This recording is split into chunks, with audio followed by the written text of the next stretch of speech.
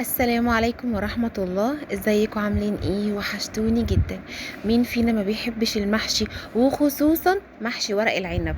النهاردة هنعمل تسبيكة للمحشي حلوة جدا جدا جدا، ان شاء الله تجربيها وتعجبك وتعتمديها في جميع انواع المحاشي اللي انت ممكن تتخيليها، من اول ورق العنب لحد الكرنب والكوسة والفلفل والبتنجان والممبار وكل انواع المحاشي اللي تخطر على بالك. هنعمل تسبيكة تحفة تحفة تحفة جدا، وهنعمل شوية ورق عنب صغيرين كده جنبيهم فلفل. يلا بينا. معانا حلة كبيرة فيها كمية زيت محترمة وكمية بصل محترمة. طبعا يا جماعة الطماطم والبصل على حسب الكميه اللي هتعمليها. انا بعمل كميه تسبيكه كبيره وباخد منها واستخدمها وبشيل الباقي في الفريزر، وهنقولك هنشيلها ازاي. اول حاجه بعملها بحط كميه كبيره من الزيت وبحط عليها كميه حلوه محترمه من البصل، وبعد كده التوابل بتاعتي: ملح، فلفل اسود، 7 بهارات، بابريكا، قرفه، وكزبره ناشفه، وسنه كمون صغيره جدا لو هتعملي كرنب. تمام. هقلب كل التوابل مع بعض كويس جدا جدا مع البصله لحد ما اشم ريحه التوابل. بعد كده هنزل بثلاث اربع خمس معالق كده حلوين من صلصه الطماطم العاديه خالص اللي في البرطمانات. تمام. بعد كده برضو هقلب الصلصه كويس جدا مع البصل والتوابل، بحيث ان انا اشم ريحه التوابل مع البصله مع الصلصه وتطلع كده ريحه حلوه. بعد كده هنزل بكميه عصير الطماطم اللي انا ضرباه في الخلاط او بالهاند بلندر. بنزل بالكميه كلها على الصلصه والتوابل والبصله وبقلبهم كويس جدا جدا.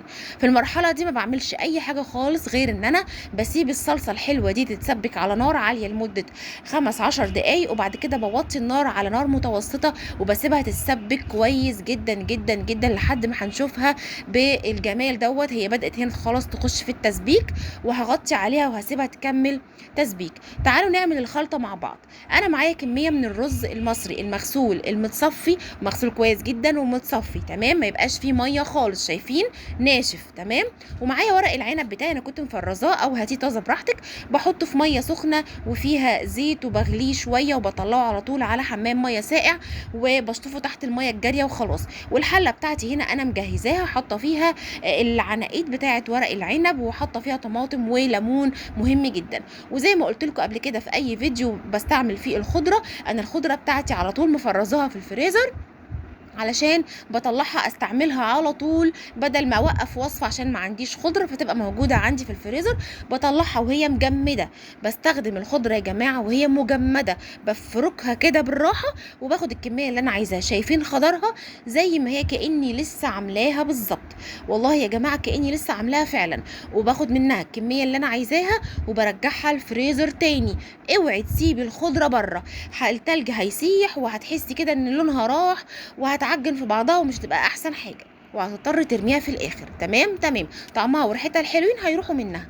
باخد كميه الرز طبعا على حسب كميه المحشي بتاعي اللي عندي.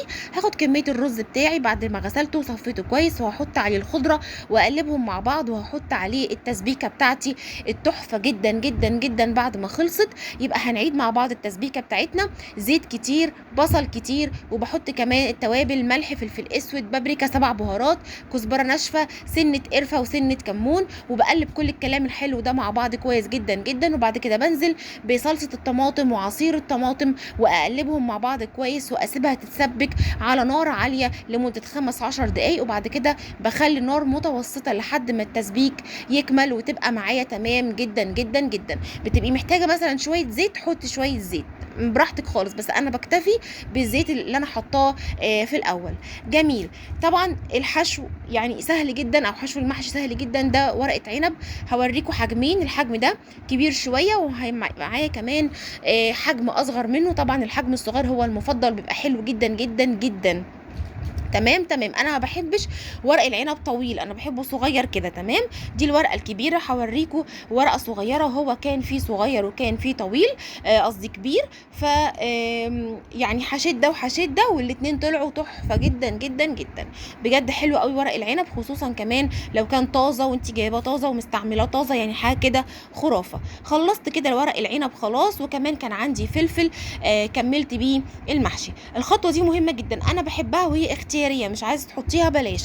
انا هنا عندي ليمونه كامله بقطعها وبعصرها كلها كامله على كميه الورق العنب اللي عندي كلها. مش عايزه تعملي الخطوه دي ما تعمليهاش براحتك خالص، بس بتديني مزازه تحفه جدا للورق العنب. جميل. طب انت هتقولي لي انت هتحطي الفلفل فوق الورق العنب مش هيغير طعمه؟ ولا هيغير طعمه خالص. المحشي ورق العنب هيفضل محتفظ بنكهته وبطعمه الحلو، وفلفل المحشي برضو هيفضل محتفظ بنكهته وطعمه الحلو، ولا في اي حاجه خالص، وهيطلع طعمه جميل جدا وهيستوي. طيب انا عندي هنا الطبق اللي كنت عامله فيه الخلطه، انا ما حطيتوش في الحوض ولا غسلته، انا سبته حطيت في نفس الطبق كبشتين من صلصه التسبيكه بتاعتي، عليهم شويه ميه او شويه مرقه او شويه شوربه اللي عندك، وقلبتهم مع بعض وسقيت بيه المحشي بتاعي. وهجيب بقى سر كده، عايز تعمليه تعمليه، مش عايز تعمليه برضو لكي مطلق الحريه. هجيب ورقه زبده صغيره وهكرمشها بايديا وهغطي بيها سطح المحشي، بحيث ان هو لما المحشي يغلي وتبدا عمليه الغليان بيبقى محتفظ بالحراره، والمحشي يستوي كويس جدا جدا، وابقى متاكده ان الورقه نفسها استوت وبقت جميله. في ناس بتستعوض هذه الخطوه بالاسترتش رول، برضو فكره حلوه. في ناس بتحط ورق القصدير، برضو فكره حلوه، براحتك خالص. انا عايزه هنا اقول لكم ان انا كميه الصلصه اللي عملتها دي اللي فضلت منها وطلعتها على الفريزر على طول، هوبا المحشي استوى معانا، كان تحفه جدا. المحشي بنسويه ازاي؟ اول حاجه بنحط المحشي لمده 5 دقايق على نار عاليه، واول ما يبتدي يعمل بابلز والميه بتاعته تغلي ببدا اوطي التوطيه الهاديه، بس مش هاديه قوي يعني، عشان يستوي معايا كويس جدا، وبسيبه يستوي وبيبقى تحفه جدا جدا جدا. وبالف هنا وشفا يا رب على كل حد هيجرب وصفاتي وهيدوقها، وان شاء الله مستنيه ارائكم، ومستنيه كل الكومنتات الحلوه اللي بتسعدني جدا جدا. شكرا على كل حد، شكرا لكل واحد بيقول لي كلمه حلوه في اي كومنت، بجد انتوا على راسي، ومتشكره قوي ان انتوا قابلتوني بينكم، واتمنى دايما ان انا ابقى عند حسن ظنكم. والنهارده وصفه كانت بسيطه وسهله جدا، كان اساسها ان انا بوريكم ازاي انا بعمل تسبيكه المحشي بتاعتي، اللي هيجربها ان شاء الله هتعجبه وهيعتمدها. مستنيه ارائكم، وعايزه كمان اوريكم المحشي الفلفل تحفه تحفه تحفه وهيعجبكم. شكرا ليكم وشكرا لمتابعتكم، مستنيه ارائكم، ما تنسونيش في اللايك والشير والسبسكرايب بليز يا جماعه.